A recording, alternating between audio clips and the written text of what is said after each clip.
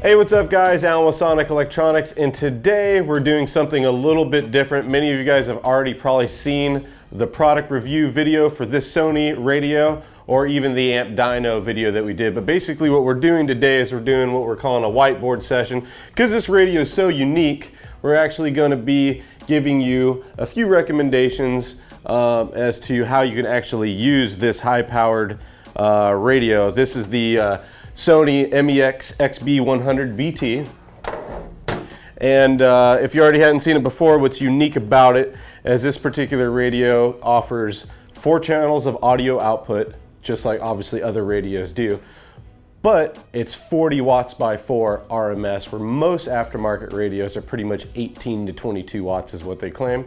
Ironically, we've actually never really dynoed most radios just to see what their output was. But just knowing that they're probably about 18 to 20 watts, this one puts out double the amount of power. So pretty much what we're gonna do here is we're gonna go over a couple different recommended configurations that Sony endorses, as well as a couple of my own recommendations that I would say. So first and foremost, obviously the Sony radio running just 4 really good efficient speakers at 4 ohms. You're gonna get 40 by 4. That's going to be a great setup for someone that doesn't want to run an external amplifier and wants some really good sound without going overboard. Just a single radio by itself with some great efficient speakers would sound really nice. The second one that Sony recommends or endorses is doing a set of front speakers only, nothing rear, which a lot of people do like, by the way, or depending on the car, you may not even have rear fill. Running those at 4 ohms, and then running one of the rear channels in sub-direct mode, which allows you to control and attenuate level up and down the subwoofer that you can hook up to it. Keep in mind you're only getting 40 watts. You're only utilizing one channel. The other channel would have no connection made to it. That's obviously what they state in the owner's manual. So for what Sony recommends, they only recommend running nothing lower than 4 ohms on all channels.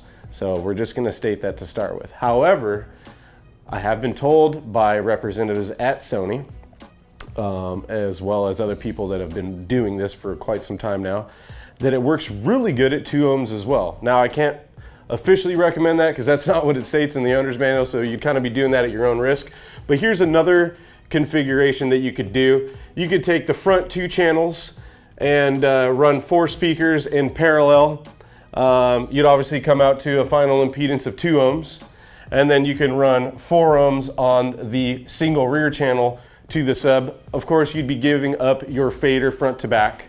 All 4 speakers would just be playing at the exact same time. You'd have your balance left and right, but you would lose a fader front to back. That's obviously another option.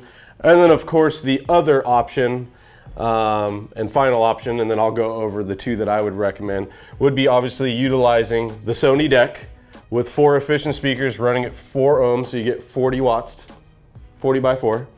And then utilizing the high-powered 5-volt pre-out out of the radio to run an aftermarket external amplifier and hook up your sub. Of course, there's many other ways, but these would be some common useful ways to utilize the 40 watts a channel that this radio offers.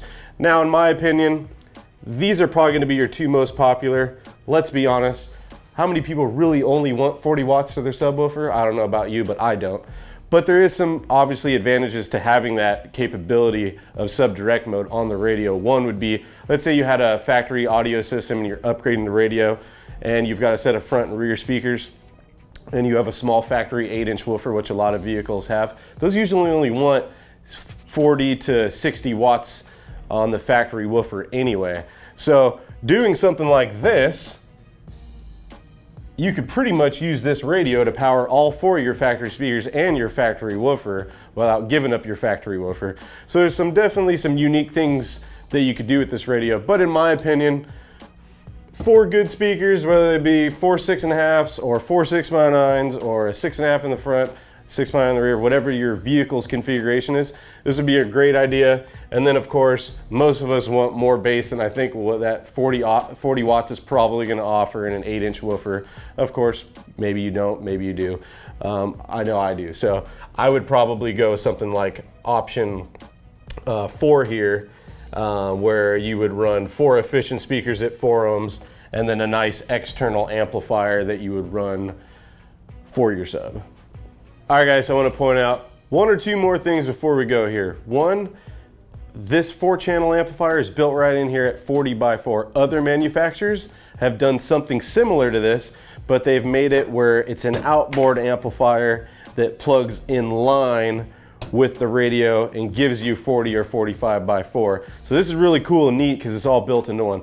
Secondly, is that knowing that we've got 40x4 to work with as far as our power, it's really important if you're gonna go with aftermarket speakers to really pay attention to the sensitivity of the speaker, to pay attention to its efficiency and wattage rating, because we really wanna try to match whatever speakers we're going with using this radio as close as possible. So it probably wouldn't be a very good idea to go with this particular radio and then go buy yourself a set of speakers that require 100 watts RMS. Obviously that wouldn't really be properly matched. So just keep that in mind, look at the specs. Obviously factory speakers, you're probably gonna be pretty good. They probably only want between 20 and 40 watts anyway. Other than that, if you've just only seen this for the first time, awesome, glad you're watching. If not, definitely go back and check out our product review video on this radio, as well as our amp dyno. So once again, I'm Allyn with Sonic Electronics, and this is the Sony MEX-XB100BT.